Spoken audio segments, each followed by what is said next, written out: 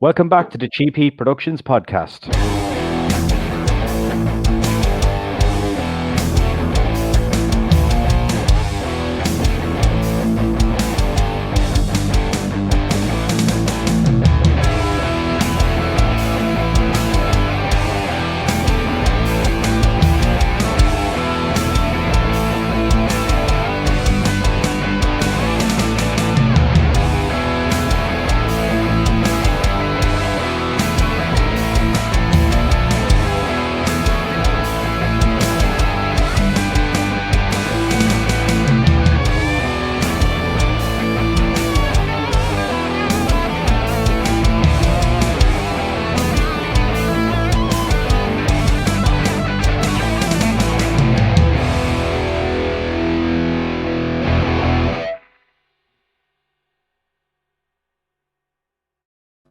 Okay, welcome back to the show. And today on the show, I've got a fantastic guest, a man that you will recognize from the TV screens. There's an action figure of himself there.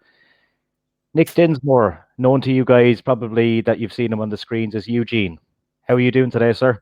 Fantastic. Now I just saw your intro, and I'm a little impressed that you got Bert from Judge Judy. That one got me right there. That was awesome. That was like incredible, man, and he was really, really cool. And he actually sent me a message afterwards saying it was one of the best interviews that he's ever had. Well, hopefully we can duplicate it for us. Yeah, no pressure then on this one. No. Yeah, so like we had Bird, like we kind of do pop culture, like, but I'm a wrestling fan, so I've talked to a good few wrestlers on the show as well. Yeah, I saw you have Butterbean. I did a spot with Butterbean for the Juggalos for JCW. Oh, really? My wife thought he was going to knock me out, but I was lucky enough to duck it and give him a stunner. You stunnered Butterbean. Yes, he let me. Yeah. He's a very nice guy, actually. Absolutely. Yeah, I liked him in when he was in Jackass the movie as well. That was brilliant. He's a tough guy, tough man. Yeah, he still says, like, no matter what he does in his life, that the two things that people come up to him and say is Brawl for All and Jackass. Yeah, and the guy's done so much for boxing, you know. I mean, those two sports or genres, whatever you want to call them, have huge audience. I mean, WWE has an enormous audience all around the world. Yeah, I wouldn't be sitting here if it didn't. Yeah. How did you get involved in the business initially? Because from what I read online, it wasn't something that you always wanted to do career-wise. What changed for you? Well, no. Where did you read? Because it is what I wanted to do. Ever since I was about 7, the first time I saw Saturday Night's Main Event with Hulk Hogan and Piper and Orndorff, and that exploded it for me. So did you go straight into wrestling training then early in your life? I was 19, yeah. I graduated high school. I played a football game, an all-star football game in Louisville, the Kentuckiana area, and I injured my knee. So I had surgery, and as I was rehabbing, I was looking into wrestling schools, and there happened to be one in Jeffersonville, Indiana, which was, at the time, it was the Nightmare Danny Davis School of Wrestling, which eventually became Ohio Valley Wrestling, and I started when I was 19. Yeah, and I had a guy who was influential in that on the podcast the other day, Mr. Doug Basham, that you'd know well. I've had probably some of my best matches with Doug. Probably him and Rob Conway are probably my two best opponents. And I was also partners with Rob for a long time, but Doug's phenomenal athlete. Yeah, I'd like to get Rob on the show. I've asked him before, but he's kind of put it off. But someday I'll get to him, and we'll talk about his lovely entrance music from WWE. He'll love that. I'll see if I can put in a good word for you. Yeah. We'll do it the Conway, tell him. There you go. Yeah. In OVW, then, you were world champion, what was it, 11 times there? 11, 15, but who's counting? Yeah. What was it like to go and work there compared to the other independents you'd worked before there? Well, OVW is where I started. Okay. I started in 96. I was training for Danny, and eventually, I can't remember at what point it became Ohio Valley Wrestling. But first, it was just the Nightmare Danny Davis School of Wrestling, and they had one show on Sundays, and that's what we worked towards. Eventually, when Danny partnered with WWE to train their talent, which I think happened in late 98, then WWE talent started coming. Cornette came back and started booking everything. You know, then stuff really started to explode. I did some independents, but back then we still called them outlaw promotions. You know, and there was one in Central City, Kentucky for Shelby Adcock his pants would fall down when he talked to you, but he'd try to tell you how the wrestling business worked. I don't know. It was just somewhere to wrestle, but it was different then. I think so. Much different. Yeah. When WWE became involved, then I'd imagine it wasn't just about wrestling. Were you guys learning like how to work the cameras and how to cut promos and stuff like that a lot more when WWE came in? I mean, not a lot more. We were always told, if we're doing a TV taping, face the camera. If we're doing, just a live audience, work to the crowd. But you still have to work to the crowd if you're doing TV, so it's kind of like an intermix of both. And then Cornette came in, and there were some days that we would do promos, but the way Cornette wrote TV a lot, he would be in the ring interviewing somebody. So if somebody got off track, he could just lead them through it. And he did that with me because I was horrible at promos. But I turned my inability to cut a strong, hard babyface promo into Eugene, who didn't have to. Yeah. And in terms of that transition from there to the main roster, was that character your idea, or how much of that character was your idea? Well, one of the other trainers at OVW was the hustler Rip Rogers.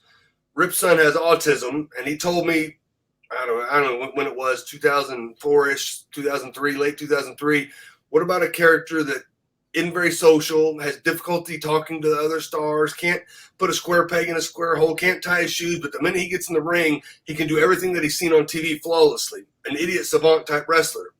So I pitched it to the agents would come down to OVW, and I pitched it to them. They're like, no, wrestling's gone beyond that. Arn Anderson and Fit and Dean and all of them come, no, wrestling doesn't do that kind of hokey stuff anymore. Okay. A couple months later, the writers came down. I pitched it to the writers. No, Vince wouldn't do that. So I'd seen a lot of guys complain about having to wrestle in Louisville at OVW and then get called up the next week just because the squeaky wheel gets the oil. And that's what I tell all my students, the squeaky wheel gets the oil. So I told Doug Basham, I said, Doug, I think I'm going to quit and try to go to Japan. I had no connections in Japan, and I was threatening because I wasn't going to quit. I had a good job working 4 days a week in my hometown, sleeping in my own bed every night.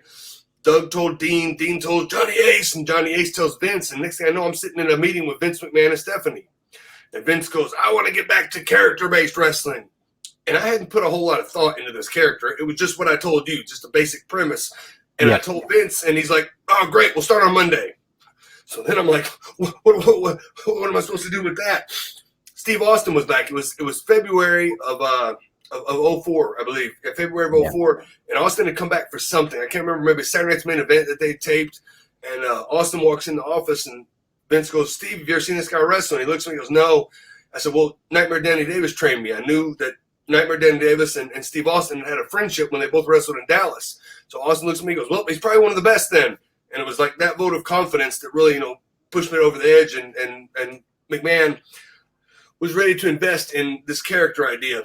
I don't think that they thought I could get it over, because you've seen a lot of characters they'll put out there and they don't get over it, and then all of a sudden they're out 2 weeks later. Yeah.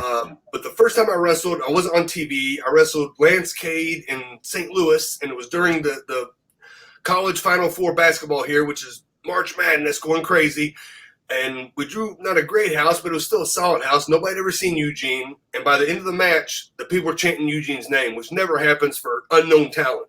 And I came back through the curtain. Triple H, Stephanie, Fit, Arn were all standing ovation. Wow. And Triple H says, you embraced the character. You did it. Because sometimes you'll see guys out there like acting a character and it doesn't come across. If you feel it and it comes out of you, then the people are going to buy it, Yeah. There's something about the outfit that just worked with the white jacket and everything. Who designed that? See, the funny thing is, it was a red jacket. Yeah. But I put my name on the back of it, and then Triple H goes, well, why don't you turn it inside out? And then people could see it's inside out. But I don't think anybody noticed it was an inside out jacket. It was just, they thought it was a white jacket. No. Yeah. But it was a red jacket, like the one back over there somewhere. Yeah, right there. There's one of them that I had.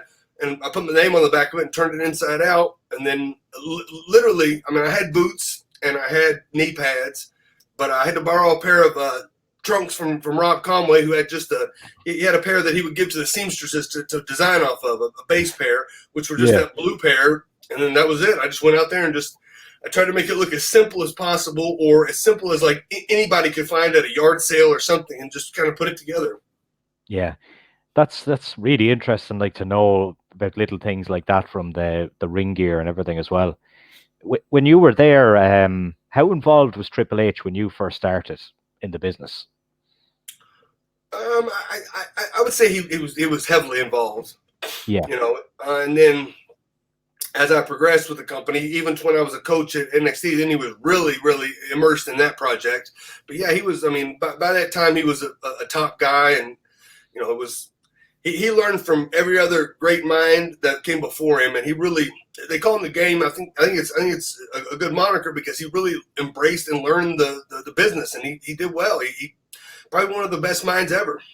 yeah. He learned from obviously a lot from Vince as well. And what's Vince like to work with? Everyone I talked to that's worked for Vince is just like he's the hardest working man I've ever seen in my life.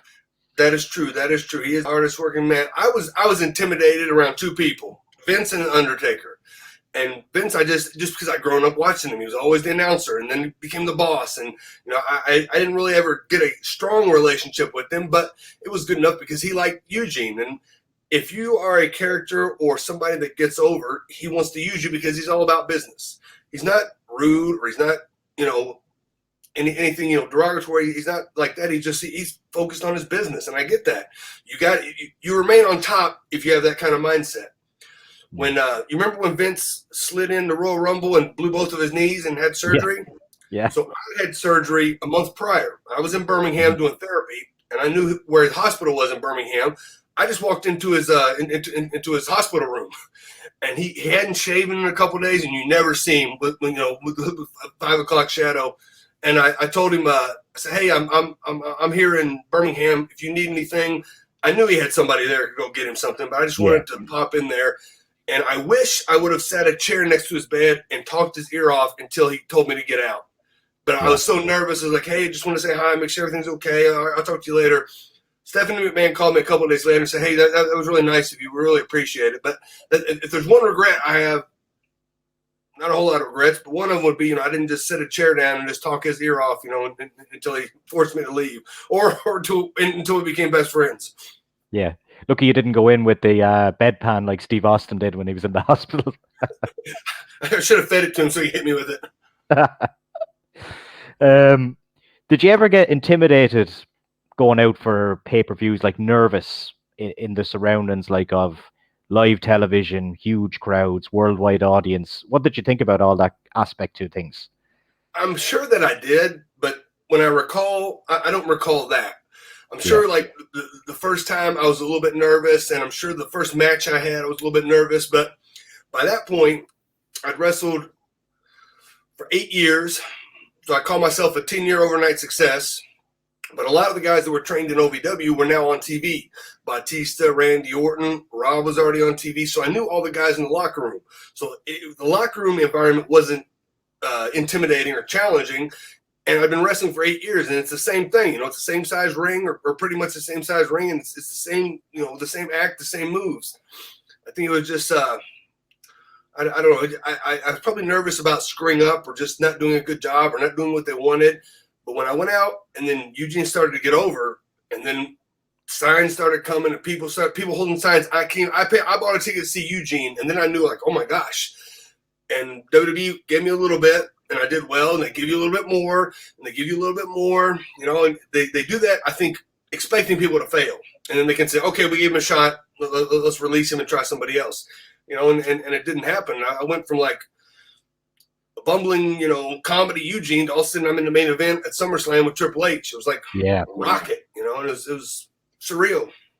Yeah, like that match with Triple H, he was really vicious. Well, it was tough because we were in Toronto, and the fans turned on Eugene. It was the first time the fans hated Eugene, cheering Triple H, and I'm following him, and he wants to have Triple H match, which is fine, but I think it could have been better. I don't know. But the fans would always get sick of any character, really. Like you see with Roman Reigns, like for example, he was like absolutely hated for years. Mm-hmm. Now he's the bad guy. Now everyone loves him, but like still boos him. But like he's so over, like Roman at the moment. Yeah. Yeah. Did you ever? He's done well for himself. Would you would you ever think of going, if you were to go back under a different character or a much darker kind of version of Eugene? What would you think about that? Absolutely. I mean, people ask me, would you ever go back? Well, of course I would. I mean, I think people gripe, and you're going to gripe about any job you have, but they've given me a platform. They've given me a career. It's been phenomenal. I would do any character that, they would present before me. I don't know. Yeah. Is it true that you played Doink the Clown a few times? Twice. I was the 6th Doink the Clown. And I think Doink the Clown should be in the WWE Hall of Fame. This is a classic character. It's been on TV for over 20 years, instantly recognizable, and the people love him. The best part about having your own action figure? You get to play with yourself in public. I totally agree with you about Doink going in and playing with yourself in public, for that matter. What was your favorite match in WWE? Was it the one with Triple H at SummerSlam because of the occasion, or was it a different one? I don't know. I had a lot of good matches. Triple H at SummerSlam. I had Kurt Angle the next SummerSlam. I was in the ring with Hogan at WrestleMania. I was in the ring with The Rock. The Rocks would set me over the top. That whatever it was, 15, 17-minute segment we did on TV, that propelled me to a top guy. So, and that's something like, I came to TV that day. We were in San Diego, and Sylvain Grenier was friends with Pat Patterson, and I think Pat told him, Sylvain comes to me early in the day, that they've got something good for you today. They're going to bring in either The Rock or they're going to use Rhino. And no disrespect to Rhino, but he's no Rock. And I'm sitting there thinking, The Rock's not going to come today. It's going to be Rhino, and it'll be good. It'll be fine. But, The Rock will be awesome, but he won't be here. Lo and behold, he shows up. And I was on like 6 segments out of 13 on Raw. So I'm running around doing all these different segments and doing all these walkthroughs. And I go back and I walk through I had one line in that whole thing he did. And every time backstage we'd work on it, I'd miss it. I kept screwing up. I'm like, I'm going to screw this up. He was so awesome. He's cutting that promo out there. He just puts the mic kind of by his hip and he's walking around me. He goes, your line's next. And just fed the mic to me. And it was boom right there. And it was that line, that moment that made Eugene over the top. Yeah, I'd say it was amazing kind of work with someone like him, considering, like, look at him now. Look at this guy like that. We kind of grew up watching. He hadn't been on TV in like 2 years. Nobody expected him to be there, and he didn't have to do it. He was doing it to give back to the business, and it made me a star. And that's, I'm forever thankful to him. Yeah, it looks like he might be coming back for Mania next year, what I'm hearing anyway, but we'll see. Him and Roman. Well, he came back to wrestle Cena, and they drew like the biggest gate of all time, I think, didn't they? Yeah. That says it all. One guy you worked on screen with a lot that I enjoy watching his promos, I enjoy watching his matches, is William Regal. What was he like to work with? Oh, he's great. So I told you I was trained by Rip, and Rip and Regal wrestled in Germany together, and it was actually Rip that got Regal to come to America. He's the one that got him into WCW. So we had kind of a common friend, and then I started riding with him. It was when I first started, I rode with Regal and Tajiri, and it was like Barnum and Bailey Circus on Wheels. I mean, it was hilarious, but it gave me time to really sit there and pick his brain and talk about stuff and ask questions. And I mean, he was like, a mentor, a brother figure, a father figure. So it was great. It was great to have it, and it helped me because what I lacked, speaking or just business-wise, he was right there to say, okay, do this. He was the one that told me, oh, yeah, put your arms out and act like you're flying like a plane. Okay. And he would just trying to reel me in. He'd go, do it, roll forward and keep doing it. And just he was the one that, if it wasn't for Regal, Eugene wouldn't have got over. It was that odd couple pairing. And I think, his credibility and also being Eric Bischoff's nephew gave Eugene some kind of credibility. I think it was a knock on Bischoff to have Eugene as the nephew, but it worked out. Yeah. You spent a bit of time over here in Ireland before wrestling for Irish Whip Wrestling as well, and there was a couple of other guys I was talking to recently, like Doug was over here as well, and Rene Dupree. Did you enjoy your time here in Ireland, and did you get to drink much beer? No, yes on both, yes. Yeah. It was awesome, and the crowds over there are phenomenal, and they've just got such energy, no matter what size it is. One of the first tours with WWE I did, we came to Ireland, and it was, oh my gosh, it was awesome. I was probably there. Yeah, I used to go all the time, but now I think I maybe missed 2 out of the last 6 years was all, but I enjoy it because it's rare over here. Maybe we get it 1 time a year, maybe 2 times a Yeah. year, and that's it. Yeah, I remember we went over there and they had Fit do something in the ring, and at least the first time I'd seen him in a WWE ring, he was still just an agent. He hadn't started wrestling, and it was like Yes, people just went bananas for him. I think he was here with Hornswoggle as well at some point. Yeah, That was good. That was a good game. That was a good combo. yeah. Midwest All Pro Wrestling. Talk to me Yes. about it. Talk to me about it. What you do, what your role is there, how it's going for you. So I met my wife in 2004 in Sioux Falls, South Dakota. We lived in various other cities, but in 2015 we moved back to Sioux Falls, and she said, there's no independent wrestling in Sioux Falls, and I'm like, there probably is, you just don't know about it, but there wasn't. The nearest independent company is like 3 hours south in Omaha, and growing up in OVW, I saw that business model that Danny Davis created, and I knew I could replicate it, and I wanted to because that's all I've known. So we started Midwest All Pro Wrestling here in 2015. We'll have our 6-year anniversary in November, and I just had JTG in, I just had Carlito in. We've been running 2 monthly shows every month for a couple years now, trying to build some stars, trying to build a territory. I want to be able to tour the Midwest, and it's something that, much like Ireland, that South Dakota didn't have, because it's a huge state, a lot of land, and not really populated. I think there's 180,000 people in the city and maybe 800,000 people in the whole state. I think there's more cattle in this state than there are people, but I want to take pro wrestling entertainment, family-friendly entertainment around the Midwest.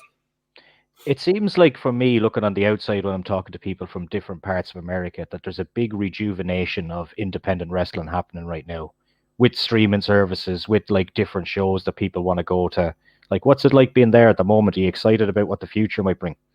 Oh, absolutely. I mean, I'm running my own shows, but then I'm also getting booked. So there's some nights that Eugene will get booked and I got to take a flight somewhere else, but then my crew is going to run the show in Sioux Falls. And you're right. Like, I think independent wrestling, much like WWE, has cycles and it goes up and it goes down. And it might have been down for a little bit, but it's definitely coming back strong. There's a huge with AEW now battling and Impact still in the mix there. I mean, it's definitely an upswing right now, and I think that helps everybody. Yeah, I think it kind of lost a bit over the last few years when WWE were kind of going around just buying talent basically and just taking guys. But I think with AEW and TNA and stuff like that, it helps. You need that bit of competition just to show that there is other options out there for people, I think. I think after the Benoit incident, a lot of wrestling went down, all of it. Yeah. And it's slowly creeping back now, and now people are, not forgetting, but looking at the new products and enjoying it. Do you think that really had that long-term effect over there? It was a massive news story. Like, it was even over here, like wrestling would be never in the news in Ireland. But like, I suppose like it was primetime America when it happened for weeks and weeks. He was a worldwide star that a tragedy befell. I understand that WWE wants to cut off, everything and not remember him, but I think we have to, because he wrestled so hard, and I think he wrestled so vicious that his brain went to mush, and that's why that happened, in my opinion. And I think we have to look at that and go, okay, I don't want to end up that way. I don't want anybody else to end up that way. So we have to look at this case study and say, that was a horrible tragedy. I don't want to wish that on anybody. Let's try to make sure nobody else has that, as opposed to let's just put a black curtain on it and forget it. Yeah. What was Chris like to work with? So when I was in OVW, Benoit came down and I wrestled in the Louisville Gardens 20 minutes toe-to-toe with Benoit a little bit after he jumped to WWE. So it was like, a worldwide star, and all of a sudden I went, right with him for 20 minutes, and that's what made me a super duper star in Louisville. Mm-hmm. And he was, he was hard working, and he was, I enjoyed him. He was a mentor. I looked up to him. He was an idol, but you're only as good as your last performance, and his last performance was horrendous. So that happened. Yeah, he was at the very first WWE live show I went to in Dublin. It was the time that he was world champion, and him and Triple H were in the main event. And I always remember afterwards, because it was my first show, he got on the microphone and he said, "Thanks for coming out tonight. Let's all go have a pint of Guinness." And everyone cheered him out of the building. It was like, it was really, really on top then. And it's just, unbelievable what followed that. But we're not gonna go down that road tonight. We're gonna try to keep things positive. And before we finish up, I've got a question for you. Yep. If you were stranded on a desert island and you needed to pick 3 wrestlers to accompany you to survive, who would they be and why? To survive. Mm-hmm. Who is most resourceful? I don't know. Most wrestlers are not very resourceful. Some are. I don't know. I would probably pick Regal just because I want to hear the stories, and I'd probably pick Fit because I think Fit would be resourceful. He's a tough son of a gun. Yeah. But then you need one guy to go do all the dirty work. So maybe Harvey Whipple in downtown Bruno to go run all the stuff for me. Yeah, most people would throw in a girl as their third one, or a woman. And I think, who did I have on? Oh, was it Doug the other day? I think it was Doug. Yeah, and he said Renee Paquette because she's a cook. She can cook good stuff. Yep, yeah. I guess so. Yeah, fair enough. Yeah. Listen, man, it was great to catch up with you today. Like, I really appreciate it, and I wish you the best of luck with the school. And you never know, we might see you on the big screen soon. Never say never. Never say never. Have everybody check out Midwest All Pro Wrestling. We got it on Twitter. We got it on Facebook. My personal favorite is our YouTube channel. And then I've got the Nick Dinsmore YouTube channel that I put a lot of my old matches on. Not that I own them, but I put them on there. And then my Twitter is at Eugene Dinsmore. So everybody, follow, give me a like, share me, and hopefully I'll see everybody in Ireland soon. Yep, I'll put them all in the bio for this video anyway, man. Thanks a million. Thank you. All right. Cheers. Cheers.